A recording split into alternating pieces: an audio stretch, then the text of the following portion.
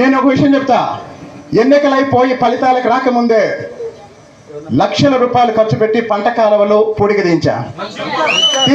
ఒక నిమిషం, అదంతా రైతుల కోసమే కదా. మరి ఏ రైతన్నా ఈరోజు వచ్చాడా? ఏ రైతన్నా ఈరోజు వచ్చాడా? కుక్కకు విశ్వాసం ఉంటది, కొంతమందికి ఉండదు. కుక్కకు ఉండే విశ్వాసం కూడా కొంతమందికి ఉండదు. ఆ తర్వాత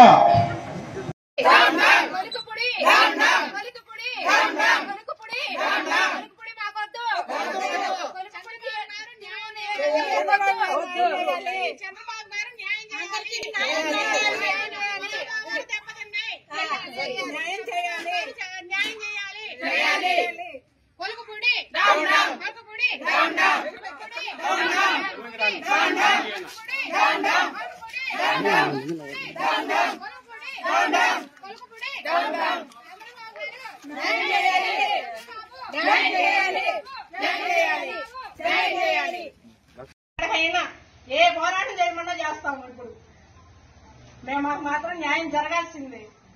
ఆ కొలిపూడి శ్రీనివాసరావు తీసేయాలి. మాకు వద్దు అసలు.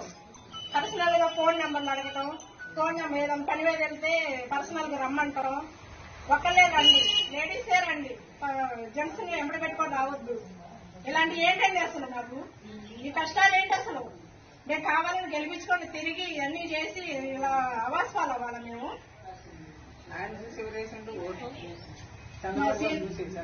శ్రీనాథ్ గురించే మేము ఆయన చుట్టూ తిరిగాము, ఆయన్ని తీసుకొచ్చాము. టిఫిన్లో చక్కగా పెట్టి మేపి ఇలా చేసుకొచ్చుకున్నాం. మేము ప్రాణాల మీద తెచ్చుకున్నాం. చివరికి తెలియపోయినా మేము మా శ్రీనాథ్ గురించే వేస్తాం. మేము అసలు ఆయన ఎవరో మాకు తెలియదు.